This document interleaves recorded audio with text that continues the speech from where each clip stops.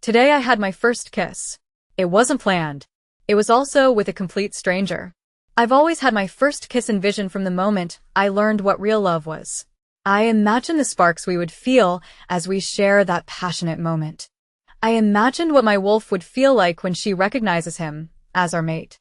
Going to a large college, I thought I would at least find one person that would make me want to give him everything my heart had to offer. But I never felt what my mother felt for my father. I've had a boyfriend for a couple of months, but it still never felt right. I keep thinking that when I turn 18 and get my wolf, maybe she would recognize him as our mate. Maybe he's the one I'm supposed to be with for the rest of my life, even if I don't see it yet. But the moon goddess thought otherwise. As I walked through the halls of my school, Higala Shifter Academy, I paused when a familiar sense washed over me. My boyfriend, Scott, was nearby, and he wasn't alone. The halls were growing quiet as students went to class. It was only the sounds my heartbeat left as I made my way around the corner, only pausing when I heard a familiar giggle of a she-wolf, Sarah, and the husky growls of Scott. "You are so naughty, Scott," Sarah chuckled. "Only for you, babe," he replied, muffled as her lips closed around his. At that moment, I felt sick to my stomach. My next class, ceramics, was with Scott. I didn't even want to take that class, but he thought it would be fun to take a class together. I was an art student, so I agreed. As I stepped away, I paused as I saw a tall and broad gentleman across the hall, staring in my direction. Our eyes met only briefly, and I had to admit that he was strikingly handsome. "Oh, Scott. Stop it. You know we can't be seen together. What if your girlfriend finds us? She's in class. She's never late. You don't need to worry." My heart was heavy in my chest, but also a wave of fury and resentment crossed me. A crease formed between the gentleman's brows. I realized tears had escaped my eyes.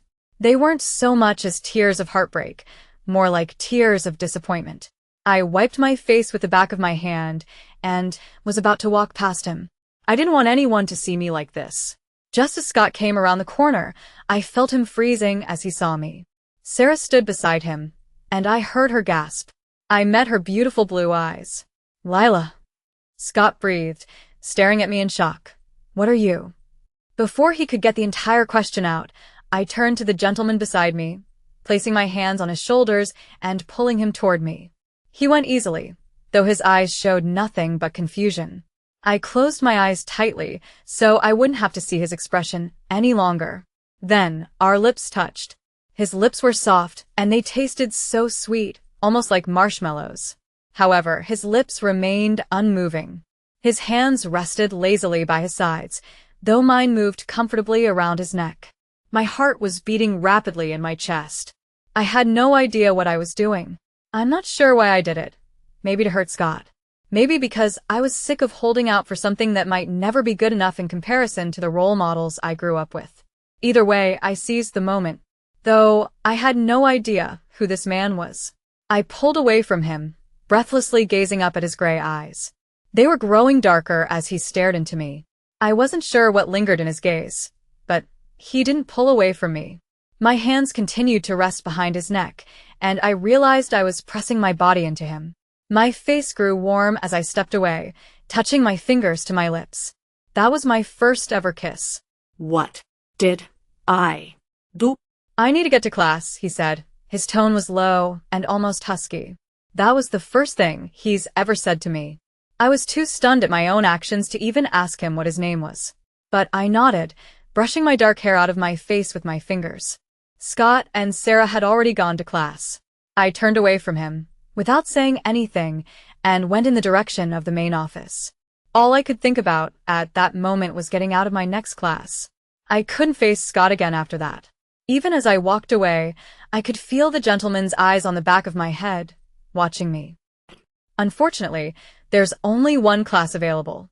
All other seats are filled, the receptionist at the main office said, glancing at her computer. "And what class would that be?" I asked, trying to keep the tears from resurfacing in my eyes. "Shifting and combat," she answered, staring up at me. Would that be all right? Shifting? I had yet to obtain my wolf, so that class might be difficult. However, I was skilled in combat. "Anything but ceramics," I said to her in return. She frowned for a moment, Is everything all right, Lila? You aren't being bullied in that class, are you? She asked. I can give your father. No. I said quickly. The last thing I wanted was for my father to find anything out about what had happened. He was the head of the Alpha Committee and worked closely with Scott's dad, another Alpha. It's nothing like that, I assured her.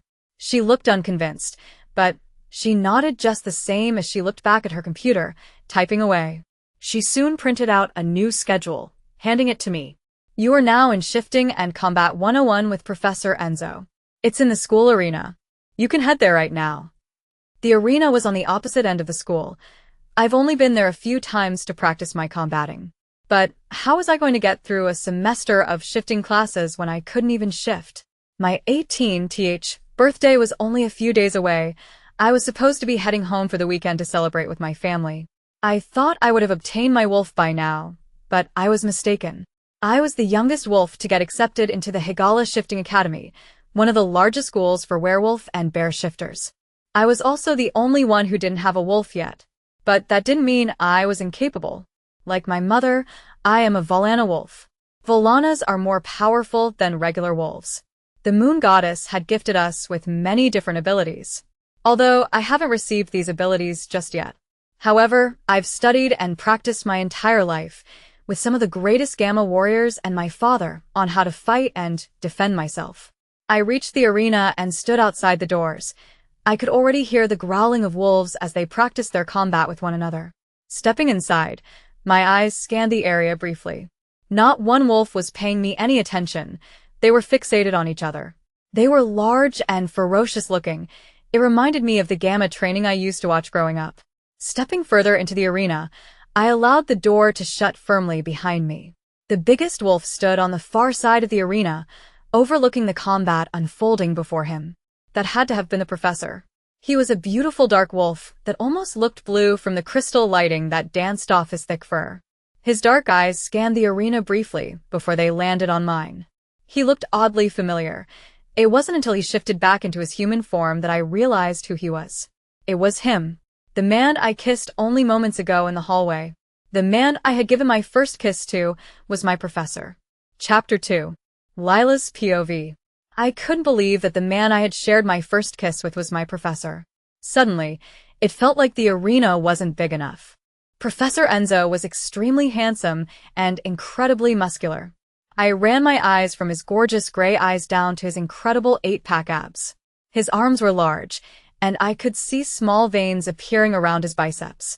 His dark, wavy hair was kind of shaggy, dancing around his broad and manly features.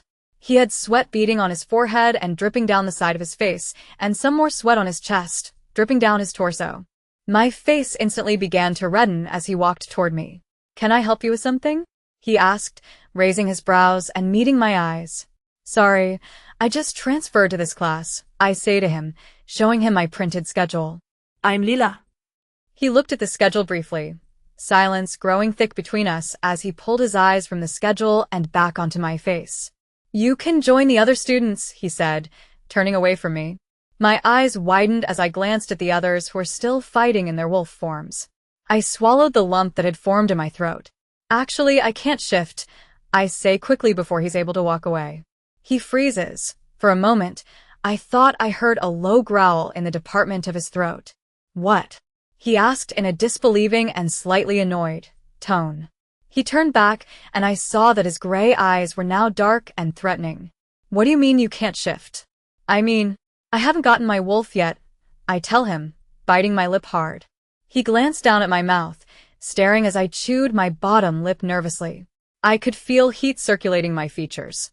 My heart was pounding so quickly and loudly against my chest, I thought he would be able to hear it. "Why are you in a shifting and combat class if you can't shift?" "I'm good at combat," I answer. "Just because I don't have a wolf doesn't mean I'm not capable. I've been practicing my entire life. Let me show you what I can do." "I don't have time to babysit," he muttered, sounding incredibly annoyed. "Besides," he added, "I don't have a partner for you. All my students fight in their wolf forms." "I can train with her," a she-wolf said as she shifted back into her human form. She had a kind face. Her hair was short and dark. Her eyes were big and brown, with long lashes. She was looking at me fondly, with a sweet smile.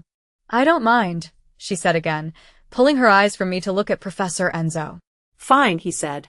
He walked away without another word.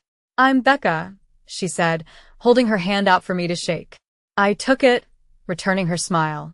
It's nice to meet you, I say in return. I'm Lila. Oh, trust me, I know exactly who you are. I also hear you are one of the best fighters in the school. Professor E would have been stupid to turn you away. I couldn't help but laugh at her words. This was my first year at this school, and I suppose I shouldn't be surprised that word travels fast.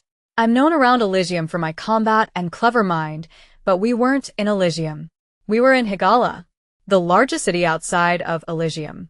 I appreciate your kind words, I say in return, and I meant that. She went to say something else, but her words fell short when we heard another, more familiar, voice. Well, look who it is, Sarah scoffed. If it isn't the little slut, coming to play with the big dogs? I rose my brows. She was calling me a slut? After I just caught her making out with my boyfriend? Though I shouldn't be surprised, she said, her tone growing icy as she glanced behind her shoulder at Professor Enzo, who was staring in our direction with a crease forming between his brows and his frown deepening. Considering how much you like Professor Enzo, it's a no-brainer that you'd transfer to his class. I'm here to practice my combat skills, like everyone else. This made her laugh. Please, the only skills you are practicing are the skills with your lips. She's actually a very capable fighter, Becca chimed in. That's rich coming from a lowly Omega, Sarah sneered, causing Becca to flinch. Your kind shouldn't even be allowed at this school. Becca looked genuinely hurt by her words. EW Sarah, why are you even talking to that Omega? Another girl said, stepping beside her. Both girls laughed, and I saw Becca's face reddening as she lowered her gaze. Omegas are nothing but trash, Sarah agreed. But what's worse than an Omega is someone who can't even shift into their wolf. It's no wonder your boyfriend wanted my lips instead of yours. I stepped in front of Becca, blocking her out of sight of the other wolves. What gives you the right to decide if an Omega is capable or not? I happen to have seen her fight only moments ago, and she seemed quite capable to me. It's my understanding that we are at this school to learn. So, let's not cause issues for one another, I said, staring around at their faces. As for my boyfriend goes, I say, meeting Sarah's eyes. He's clearly not man enough to be able to handle me. So, he's all yours. Without another word, I grab Becca's wrist and pull her along with me to a different part of the arena and away from the nasty she-wolves. I got another glimpse of Professor Enzo as we passed, and I thought I saw a smile tugging at the corner of his lips. Thank you for standing up for me, Becca said in a low tone once we were a distance away. I'm used to being bullied, though. Omegas aren't typically liked around here. I rose my brows at her, confused. Why? I asked. Some of the best wolves I know are Omegas. They are incredibly kind and genuine. Don't let bullies like that make you think otherwise. She beamed a wide smile at me. I could tell she felt a lot better. It's obvious some people here don't recognize you as Alpha Bastion's daughter. Let's show them what you can do. I smiled at her words. That sounded like a perfect idea. I couldn't shift into my wolf form, which meant I needed to wow them in other ways. I faced Becca, getting into the stance I was most comfortable in. Soon we were both fighting. She managed to dodge most of my attacks. However, I was holding back a lot. I didn't want to hurt her. I dodged her attacks with ease. She couldn't even come close to me. I could feel the eyes of the other students on me, their mouths gaping as I did an acrobatic move. Something I'm sure none of them were expecting. I did a front flip, kicking my legs out and purposely missing Becca by a hair. Though, it frightened her enough to stumble backward and lose her footing. I grabbed a sphere off the wall of weapons, twirling it in my hands quickly, doing a somersault and twirl move. She dodged the first attack, thinking I was aiming for her head, when I was actually aiming for her feet. So, she tried to dodge but instead tripped, falling to the ground again. I stepped, lightly, on her chest, pinning her to the ground with the sphere pointed directly at her. She stared up at me with awe. Everybody gasped. I looked around, almost forgetting that there was an audience. None of them spoke for a long while until a couple of them clapped. Then almost everyone started cheering. Everyone except Sarah and her friend.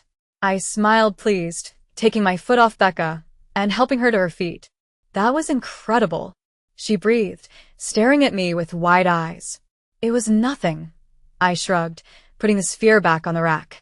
I turned to see Professor Enzo staring at me, his arms folded across his chest and his face expressionless.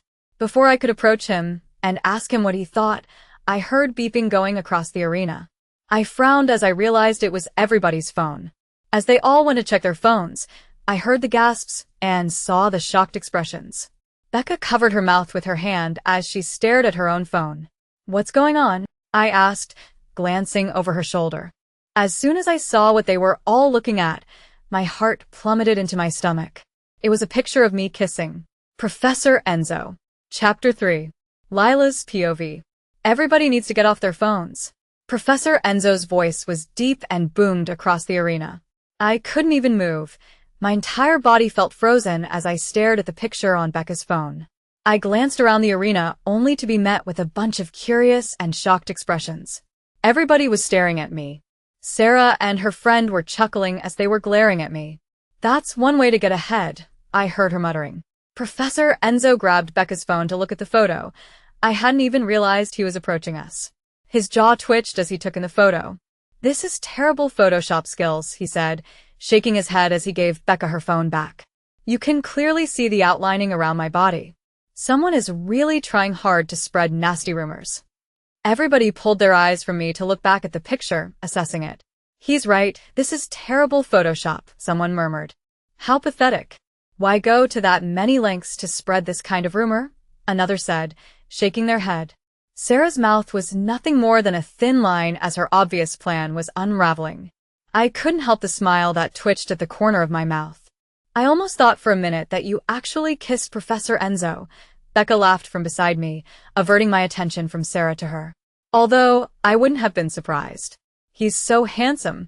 Anyone would be lucky to be able to kiss him. A lot of women around here want to." "Really?" I asked, raising my brows. "Because of how handsome he is?" "That and because he's very young. He's only 23, Becca explains. My eyes widened. I knew he looked young, but I didn't think he was that young. He's also the strongest and toughest professor at the school, which is to be expected considering he is an alpha." "He's an alpha?" I asked in surprise. I had no idea. "He must know my father then." I couldn't help but look back at Professor Enzo, who was busy showing some students new moves. "Yes," Becca answered. "I believe he's the alpha of the Calypso Pack." The Calypso Pack. That was the pack my mother was born in. Her parents were from the Calypso Pack. I remembered from when I was young that their former alpha was Blaze, the most powerful shifter in the universe. I wondered how Enzo became their alpha. The thought was quickly brushed from my mind as class concluded. "I'm starving," Becca said as she gathered her belongings. "We should get some lunch." "I'll be there in a minute," I tell her, glancing over my shoulder at Enzo, who was typing something on his phone.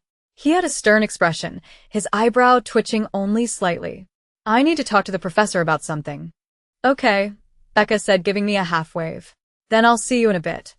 She turned and left the arena with the others, leaving me alone with Professor Enzo. "Professor?" I say, stepping closer to him. He glanced up at his phone to look at me, narrowing his eyes. "I just wanted to say that I'm sorry for this mess. It's been dealt with," he muttered, showing me his phone. I got the picture taken down. I rose my brows in shock. That was so quick.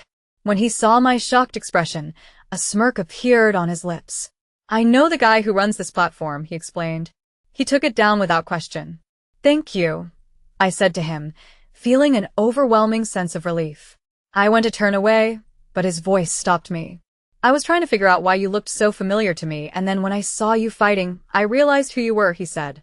I could feel his eyes on the back of my head and knew how intently he was staring at me even before I turned around to face him. "You are Alpha Bastion's daughter." It wasn't a question. I nodded my head once. "You know my father?" "He's one of the strongest and fiercest alphas," Enzo said. His expression was hard to read. "I can tell that you've trained under him."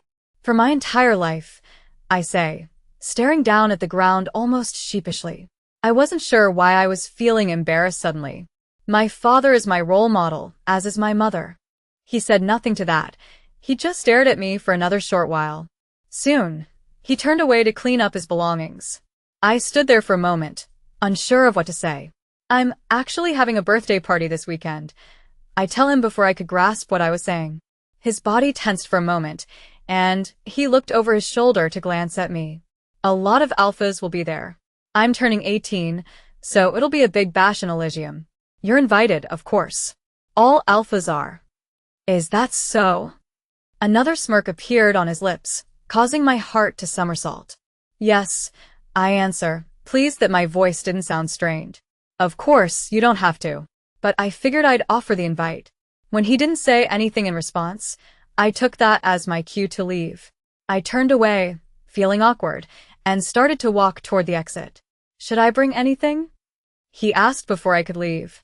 I paused. My breathing got caught in my throat. Just yourself, I say, instantly regretting how lame I sounded. I left without another word.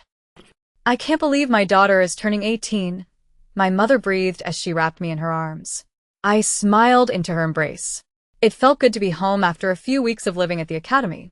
Higala Shifter Academy was about an hour's drive from Elysium, so I had to live in a dorm room.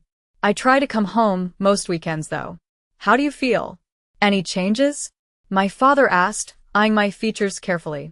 I thought about it for a moment before answering. Typically, when a wolf was about to make an appearance, it could be felt. I shook my head, sighing in defeat. I feel the same, I answer. Maybe I won't get a wolf. Don't say that, my mother said with a frown. You'll get your wolf and you'll be stronger than ever. Your mother is right, Lila Bean, my father chimed in. It's in your DNA. I knew they were right. I was just being impatient. I wanted my wolf so badly that it was driving me insane. I was hoping that once I got my wolf, I would be able to sense my mate and get Scott's betrayal out of my mind. I looked between my parents who loved one another so much. It pulled at my heart. Even after everything they've been through in their entire lives, they always stood by each other. My father said that a mate bond is the strongest form of companionship. He's proved that repeatedly. Even when my mother pulled away, he always went after her. He never gave up. He's loved her unconditionally, and I admired that so much. I aspired to have that more than anything. But without a wolf, I felt like that was impossible. Guests will be arriving soon, Lila Bean, my mother said, giving me a fond smile. I stared myself over in the mirror one last time. I was wearing a silky pink and black dress that flowed evenly around my knees. My father had already gone to greet some of the alphas that already arrived. My mother stood behind me, staring at me fondly with tears welling up in her eyes. I'm so proud of you, you know, she breathed, wrapping her arms around me and giving me a tight hug. The two of us looked a lot alike. I had her dark hair and fair features. Most importantly, I had her Valana eyes. One violet and the other blue. She released me and draped an arm through mine, pulling me along with her toward my bedroom door. I could already hear the guests piling into the foyer of the pack house. Oh, I forgot to mention. I invited my professor as well, I tell her. She paused for a moment and glanced at me. Actually, he's the alpha of the Calypso pack. Enzo. She rose her brows. Alpha Enzo is your professor? She asked. She didn't sound displeased, just surprised. I never took him as the kind to be a professor. Do you know him well? I asked, peering up at her. She thought about it for a moment before answering. As well as I can, I suppose. He's the son of the former alpha of the Calypso pack, Blaze. Chapter 4. Lila's POV. My mother took one look at my face and started laughing. Why do you look like you've seen a ghost? She asked. Enzo is Blaze's son? I asked. I was completely and utterly shocked. I had no idea he had kids. My mother nodded. I don't think Enzo was ever close to his father, she explained. I believe he lived with his mother in a different pack. When his father died, he went back to Calypso, being Blaze's only living relative and all. If I had known he was Blaze's son, I wouldn't have invited him. I'm so sorry. Sorry? Why are you sorry? I'm glad you invited him. Your father will be pleased. He rather likes Enzo. Said he has a good head on his shoulder. He's nothing like his father, that's for sure. So, we trust him? I asked, raising my brows. Lila Bean, we can't fault Enzo for something his father did. You should know that better than anyone. She gave me a small smile, staring around my concerned face. She placed a hand on my shoulder, causing me to meet her eyes. "I promise, if there's something you need to be concerned with, I will tell you," she said gently. "But for right now, there isn't. Enzo is not a villain. Those days are behind us." I felt better knowing she wasn't worried. I trusted my mother more than anyone. "So, when were you going to tell me about Scott?" my mother asked as we made our way out of the apartment. I paused and turned to her. "How did you know about that?" I asked. One of her eyebrows went straight up as she looked me over. "I'm your mother. You can't hide things from me," she replies. I wanted to laugh. She always knew when something was going on. "Does Dad know?" I asked. "Do you not want him to know?" "I just don't want to make the Alpha Committee weird is all," I tell her. "Because Scott's dad is a member.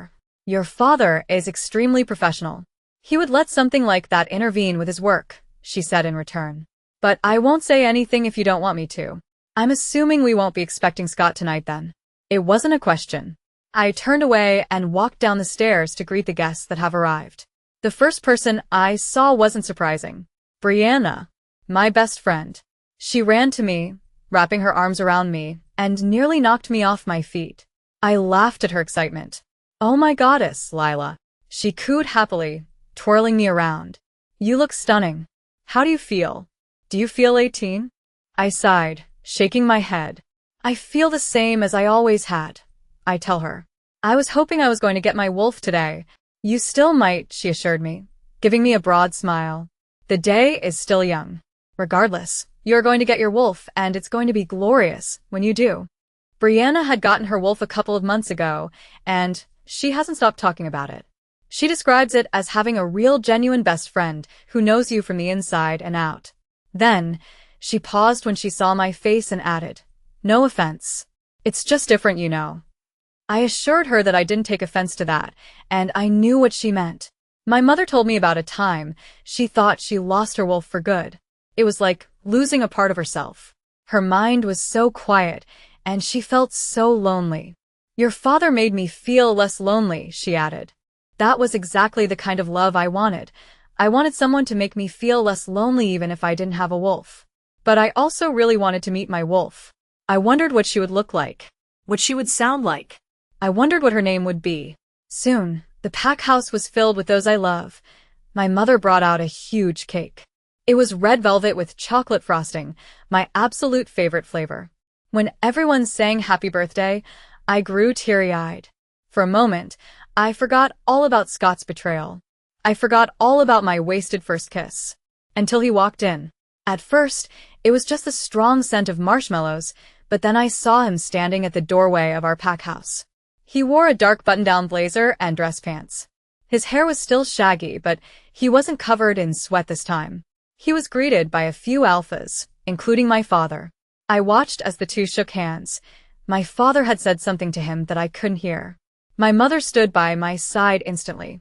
"Enzo's looking rather nice tonight," she said from beside me. "Yeah, he is," I admitted to her. I wasn't really thinking he was going to show up. You're Alpha Bastion's daughter. Of course, he's going to show up when invited. Almost every alpha is here. I thought about our shared kiss a couple of days ago, and my face grew warm at the memory. But then I remembered that Enzo was Blaze's son.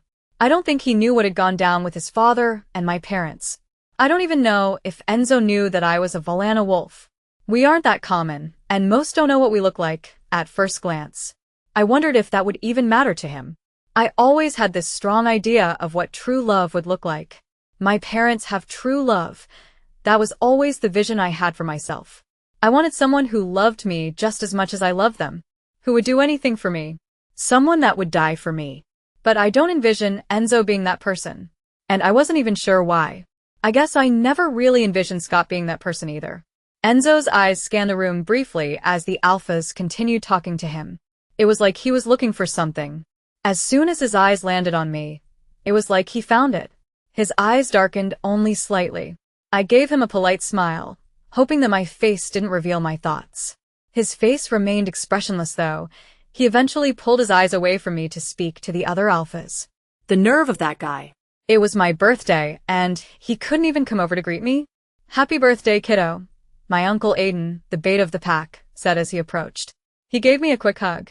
"Thanks," I say to him with a broad smile. How did you manage to get Alpha Enzo to show up? He asked, following my gaze to Enzo, who still paid me no attention. That guy hates parties. How? Why do you hate parties? I asked, raising my brows. He's always been odd like that. Ever since he was a kid. He's always only had one focus, and that was to get to the top. I admire his ambitions honestly, but it would be nice to see him smile once in a while. He doesn't smile? I don't think I've ever seen him smile, Aiden answered. The only type of smile I've seen him do was smirking. I thought he's come close to a real smile when I told Sarah off in the middle of his class, but I was probably mistaken. As I looked back over at Enzo, he was looking directly at me. Third-person POV. She completely embarrassed me in the class, Sarah cried to her new boy toy Scott. She doesn't think of Scott as her boyfriend. She just wanted to see if she could steal him away from Lila. Which she did.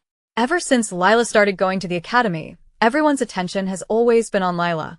Sarah used to be the best student, and now it was Lila. Sarah used to be the center of attention, but now all anyone ever talks about is Lila.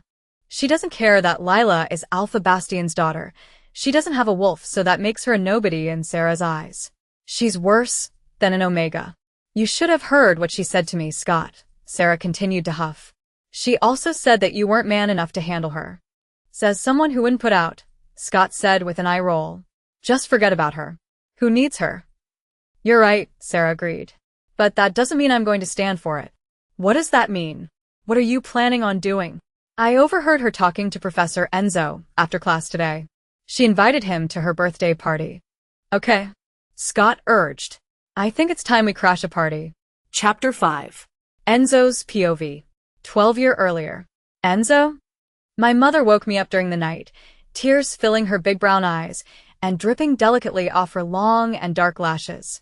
I groggily woke to find her standing over me. Mom, I asked, peering at her through the dark of the night. It was cold. We didn't have much heat in our small home. We didn't have much money to afford heat, but my mother never made it seem like we were poor. What's wrong? I whispered to her, not wanting to wake the others that resided in the house. Your father is dead, she said softly, her voice quivering. She was frightened. But of what? He's gone, sweetheart, she said again. From what I had heard of my father, he wasn't a good man. He left my mother pregnant, rejecting her and forcing her to live in another pack. She would often refer to him as a monster. You are the only living relative left, she continued. His beta is coming to collect you. You must go with him. What? I asked, sitting up quickly in bed. She shushed me, wrapping her arms around me. I know this is sudden, but you must be the alpha of Calypso. I never wanted this for you so soon, my baby. I had no idea what it meant to run a pack and be an alpha. I was at a loss for words, and I had to admit, I was terrified. It was only yesterday that I was running around with my friends and being a kid. Now this time tomorrow, I would be in a whole different pack and acting as a leader.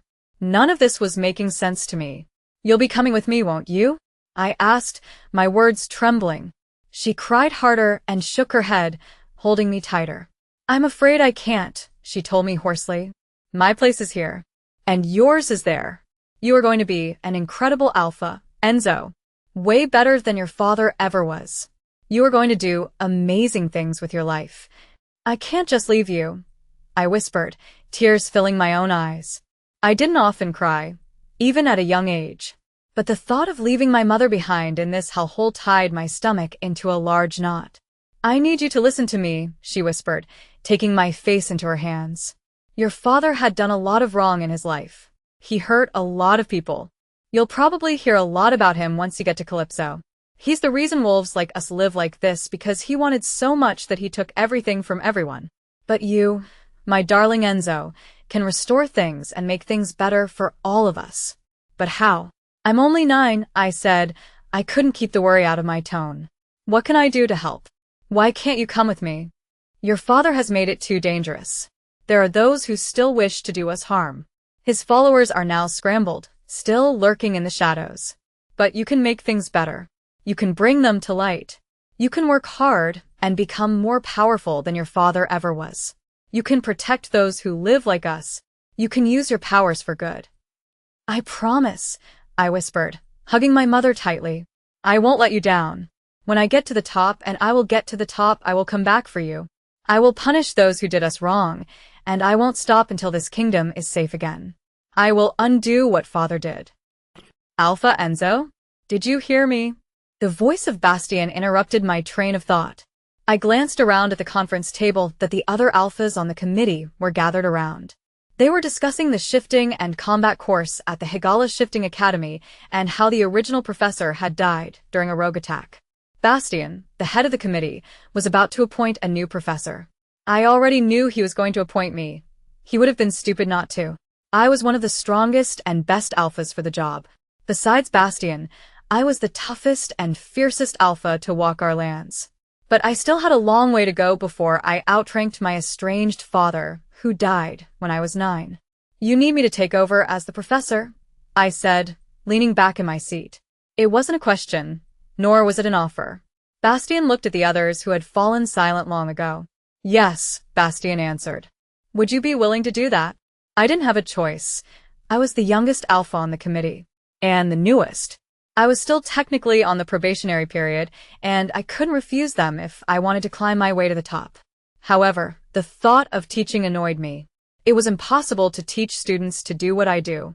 Surely their amateur combat will get to me. But just the same, I nodded my head. Yes, sir. I finally said after a long pause. The student council will want to speak with you. I'll let them know to expect you. The meeting concluded, and I could already hear the others speaking about going to the local pub later that evening. Alpha Enzo, you going to join us for once? One of the alphas asked, hitting me on the back of my shoulder. Or, are you going to come up with some lame excuse? Yeah, Enzo. Come on. It's Friday. Let's have some fun. You are still young. Live while you can. The last thing I wanted to do was go to the pub with a bunch of drunk alphas. What I really wanted to do was return home and read a book and rest for the evening. I was exhausted from training and meetings all day. I don't usually have time for myself, and when I do, I don't like spending it with those I spend all day with. I'll pass, I say to them as I finish packing my stuff in my briefcase. Maybe next time. I always say, maybe next time, knowing I don't mean those words. They don't argue though. They look at one another with a frown before leaving the conference room. Hey Enzo, wake up. I hear Bastien behind me, following me out of the door. I slow my pace so he can catch up. I really appreciate you taking one for the team. I know teaching isn't your thing, but I think this might be good for you. I appreciate the opportunity, I say to him, and in a way I meant that. I could prove myself to him and to others. I could practice my skills and better myself. Honestly, maybe it won't be that bad, I smirked. Bastien laughed, clapping me on the back. You might even have fun, he told me with a grin. I couldn't think of a better alpha for the job. I can already tell. You're going to do great things. I'm glad to finally have you on the committee. Enjoy your weekend. The student council will be expecting you at the academy on Monday, bright and early.